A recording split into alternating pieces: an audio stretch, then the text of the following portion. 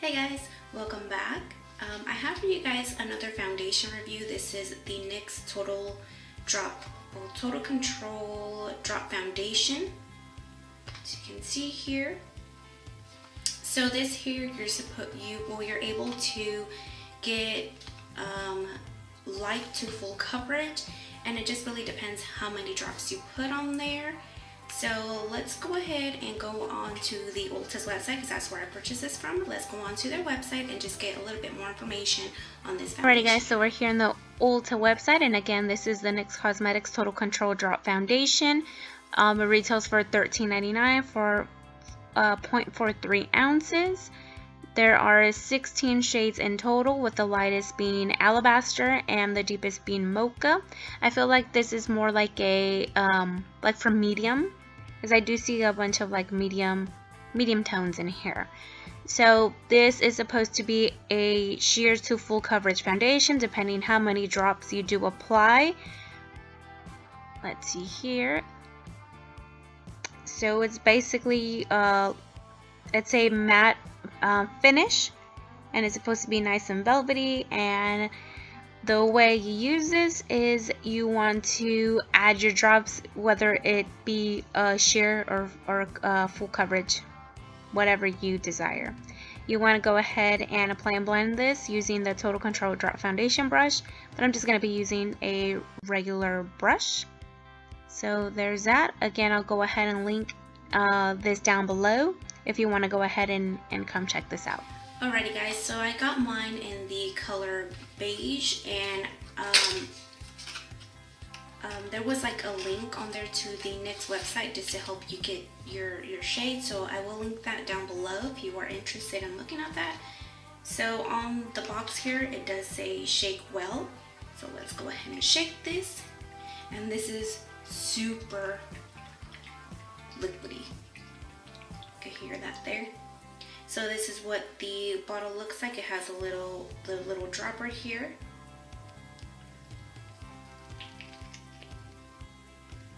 And there's that there. So I am going to be putting primer on one half of my face, simply because I do feel that some foundations do well without primer and some just don't do well. They just don't play nice sometimes. So I'm going to go ahead and be putting my primer on. So let me go ahead and do that.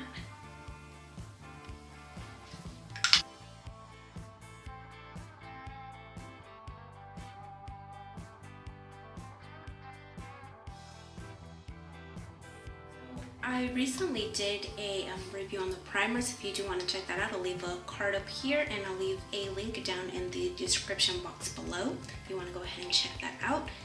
So let's go ahead and start applying this.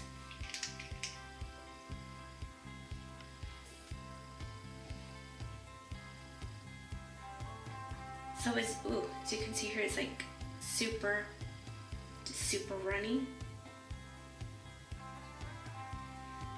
Okay, I'm gonna apply it on the side with primer first.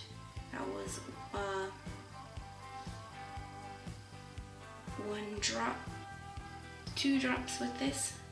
Okay, I'm gonna try to go for some medium coverage. Okay, and I'm going to be using my brush here. I like using a brush. I feel like the beauty blenders kind of shear it out a little bit, so I like the brush a little bit better. So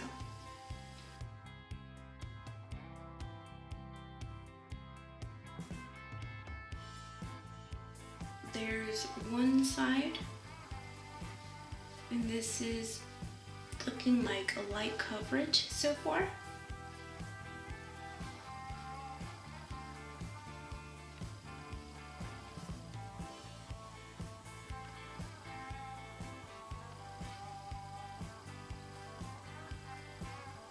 Very light coverage there.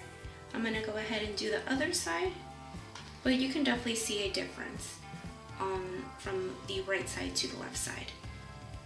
So let me go ahead and do my left side.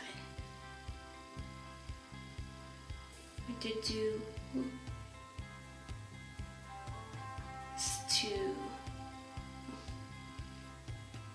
2 drops.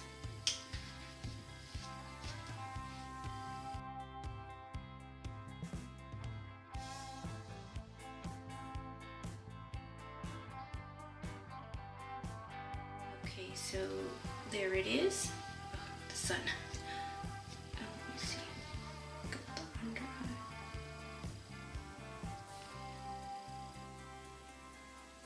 Okay, so again, there it is. I'm gonna zoom you in, and honestly, I'm not liking this foundation so far. It looks a tad bit cakey. I'm gonna try to get the sun. Ooh, I can't see now. Okay, there's the forehead. You can see there. It's looking cakey on the nose, and this is only 2 drops. So let's see, 2 drops is between a light and a medium. There's the nose. This is the side with the primer.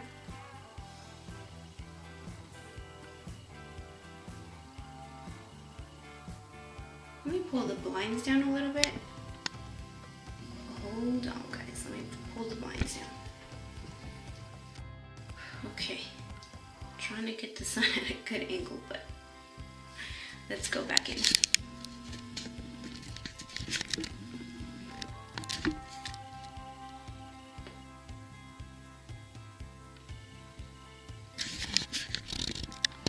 You can see here I have like some dry patches there.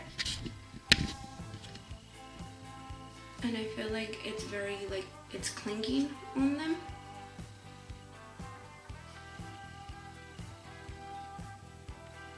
You can see very cakey looking dry patches. Like, I really don't have a lot of dry patches right now, and it's really accentuating them.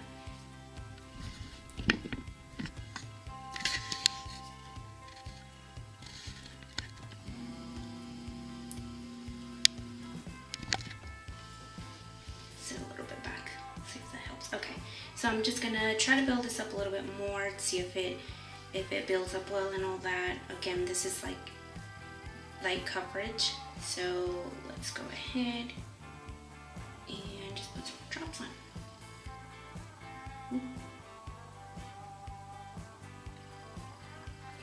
So like super runny.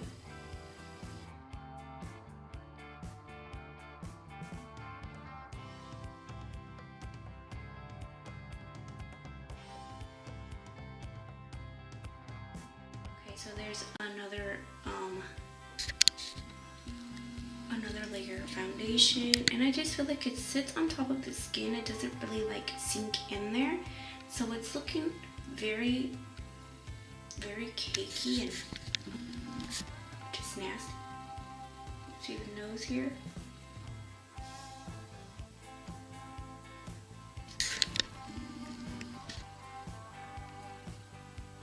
Definitely not looking the greatest.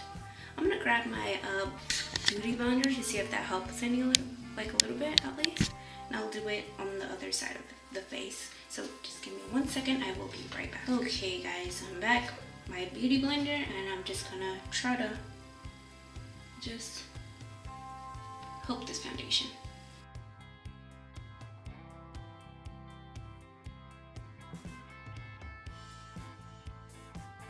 So that did help a little bit. The nose, I mean, when we went to the nose, it's looking terrible.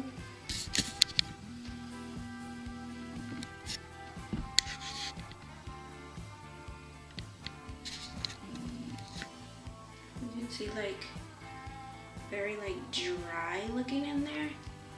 Definitely the beauty blender did help out a little bit more. I'm gonna do this side with the beauty blender just to see how well it did help a little bit, so I'm sure maybe it'll be helpful on this side.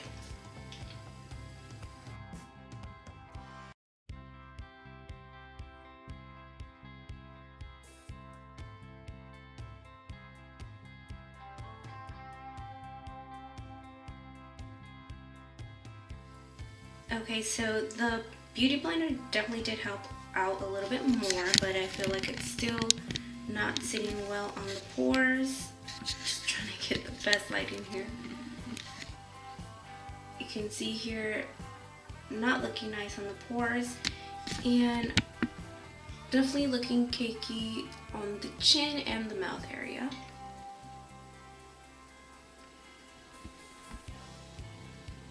And the same with the side with the primer, not looking well. And the nose area definitely accentuates like the pores on the side here.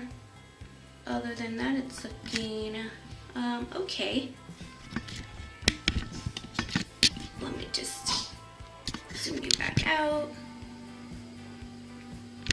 So I'm gonna go ahead and just finish with the rest of my makeup, nothing too crazy. It is currently 10:20 and I'll be right back. Alrighty guys, so I'm back. It's currently 11:01 and I'm just gonna go ahead and zoom you in so you can look at the foundation.